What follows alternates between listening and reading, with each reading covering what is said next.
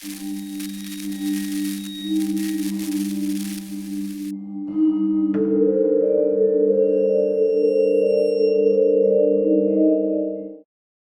guys, it's Doug. What's up? Welcome to another edition of Spooky Villages. And this week, I don't have an actual review. I have a newbie's guide to Halloween villages. I've wanted to do a video like this for some time.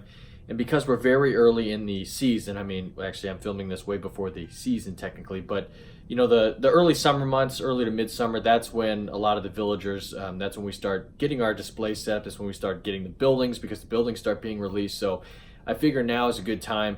I have a lot of commenters on this channel that ask questions about, how do they get started in villaging? So I figure this will just be a very high level discussion on just some tips when you're getting in here. And I should say also, I wrote an article on spookyvillages.com last year, which is a newbie guide. I would strongly suggest checking that out. I'm going to put that in the links below here so you can check that out. Definitely check that out. So let's just start off here. Let's talk about the two main companies, right, that provide the buildings. Now, of course, because this channel is Spooky Villages, I'm going to focus on Halloween villaging, but the same kind of applies to the Christmas stuff as well. And I should also say that, in general, the holiday slash Christmas stuff is a lot more popular than the Halloween. Now, the Halloween stuff has been getting a lot more popular in recent years, but the Christmas stuff, there's a lot more of it out there, and that's just an FYI for you guys if you're, kind of a new person to this, to villaging in general. But so the two main companies, you have Lemax Spooky Town and Department 56 Snow Village Halloween. Now, of course, the companies are Lemax and Department 56 respectively, but there are some definite differences and similarities between these. So I guess first off,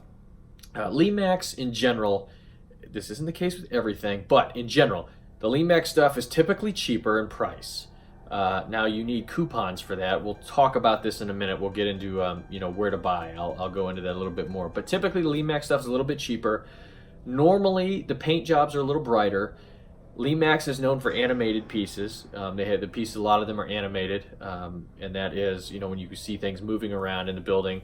Department 56, there are animated pieces, and more of that has happened lately, actually in the last couple of years. I know for a fact, because Department 56 has told me that there has been an onus put on animation and lighting. But in general, the Lemax stuff has normally been more vibrantly lit versus Department 56, which a lot of times used just standard bulbs in the middle.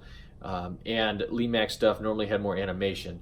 Now, the trade-off though, the Department 56 stuff, while more expensive, a lot of times the paint job and the fit and finish is just dynamite. Sometimes the Lemax stuff, you can get rough paint jobs, or maybe they don't look as good quite up, up close.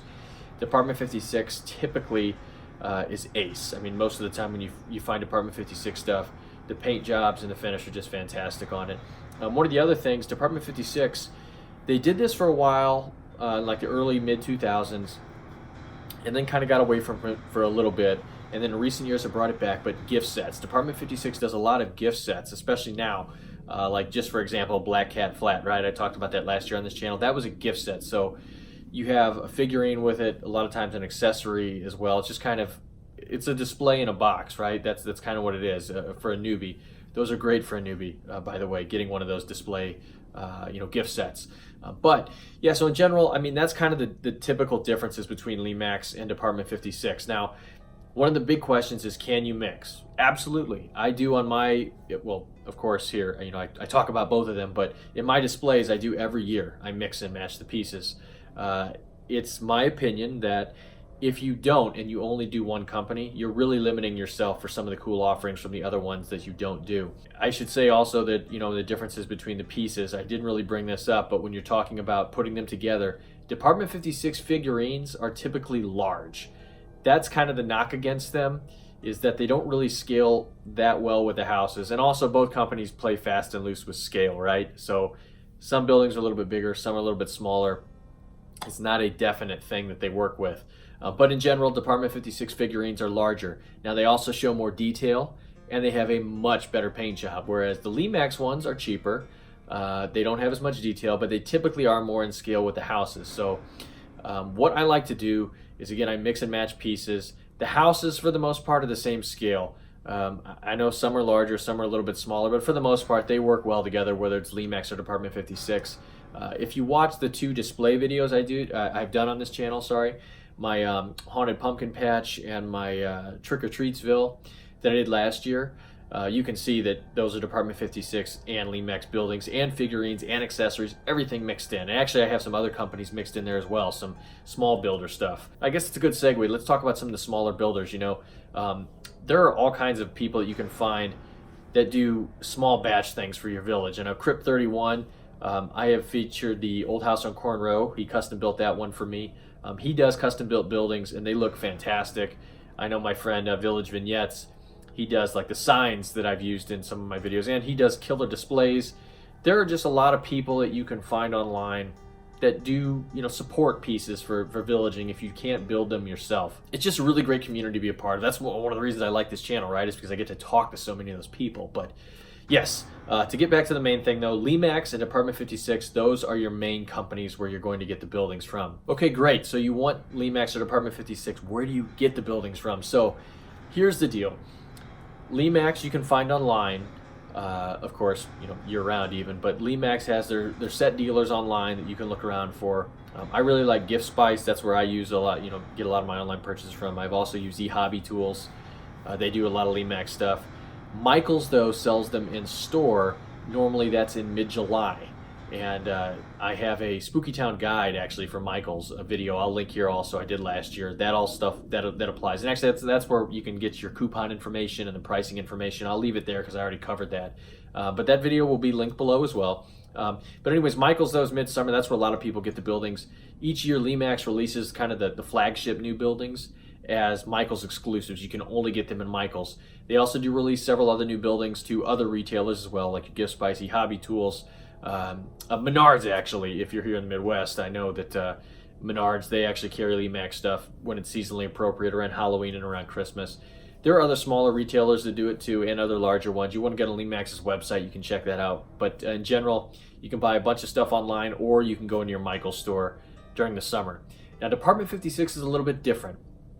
They are less seasonal in the way that Department 56 is sold. Well, they have a huge dealership network, right? Department 56 has been around forever. There's a big dealership network, and whenever the new stuff comes out, normally May, June is when it comes out. It's all announced around the new year. That stuff's in store kind of all year. That's it's not like when you go to like a Menards or a Michaels where it's a very small set of time that the stuff is out. Department 56 dealers typically sell it all year round. So again, you want to get on Department 56's website, you can check that out. And here's a tip. Because Department 56 has such a large dealer network, if you have a retired piece, which Department 56 has some amazing retired pieces and retired gift sets, they can be very hard to find. Well, one of the best ways to find them for, without getting on eBay and getting milked with a crazy price, I find out one of the best things to do is look up some dealers in your area and give them a call and just see what they have. Because here's the deal. A lot of these are gift shops, right? And sometimes they're run by proprietors that maybe they're not very well versed in internet business, let's just say. So they could have pieces that are worth a lot of money that are retired that they're selling for less than retail because it's old stock and they just can't move it. A great example of this was the Spider House. I'm going to be doing a review of that this year. I finally scored that last year, and thanks to a friend who gave me a heads up on it. But I ordered it from a little shop. I think it was a little shop in Texas, if I remember, and I called and they were just thrilled that I even wanted to buy it. So check your Department 56 dealers, guys. Look on their dealer directory, call around, and even do Google searches. Find who sells them, who did sell them at one point. Just give them a call. You'd be shocked at the good stuff you can find. Now, here's a tip for newbies too. Whenever you buy a brand new piece, right? They come in cardboard boxes, and you can always see in the beginning of my videos, I always show off the boxes that they come in, or I usually do.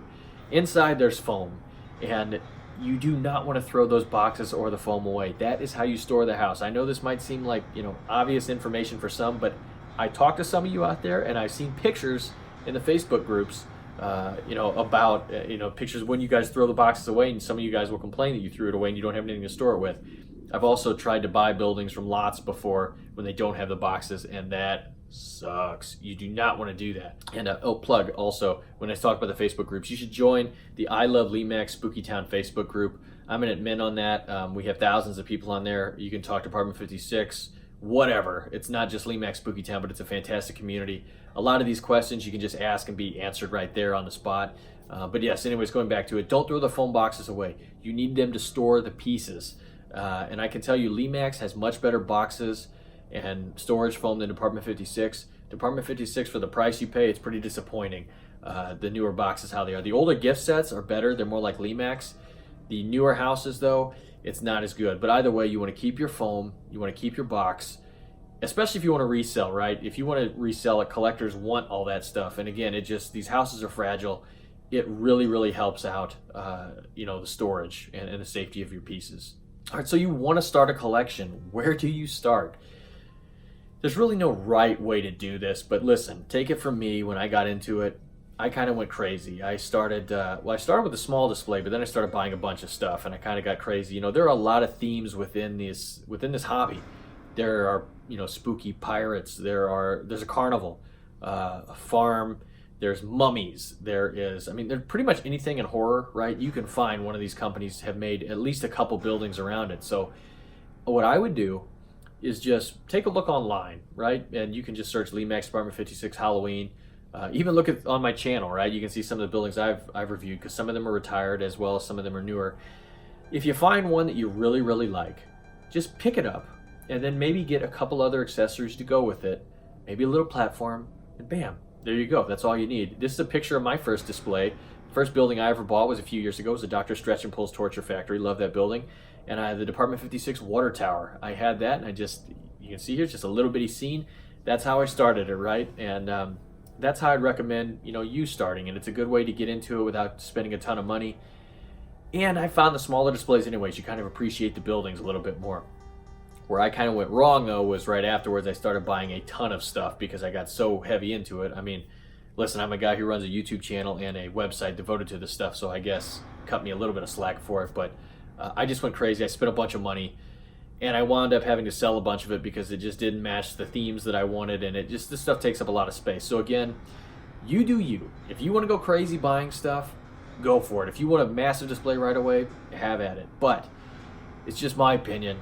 I think it works better if you go slow. Just pick a building, maybe a couple accessories within that same genre. Just go from there. I think that that's a very good way to get into it, which doesn't take a ton of space, which just lets you kind of dip your toe in the water. And if you really like the theme, you can start building every year, towards a bigger setup, and keep them all in the same theme. Again, that's not the right way necessarily to do it. It's just it's the right way for me. So whatever you want to do, have at it. Well, all right, guys. Really, that's all I can tell you. I know it's kind of a weird, this is a free-flowing conversation I've had here. I just have wanted to do this for a while, just to give a basic guide to you guys, that are newbies who maybe have some questions. I hope this video would help some of you. Of course, you can always ask me whatever in the comments. You can send me an email. Go to the I Love Lemax Spooky Town Facebook group. Ask whatever questions there. There are a ton of helpful people. And, in general, just reach out if you have any other questions. The community's great. What I like also sometimes in the comments on these videos is other people get to them before I am. This whole community, the mini villaging community, is really awesome, especially the Halloween. We're all freaks together, and everybody is so helpful. And that's, again, one of the reasons I enjoy this channel, is I get to talk to newbies who have never done it before, that are constantly getting in it. There's always new people watching, which is great.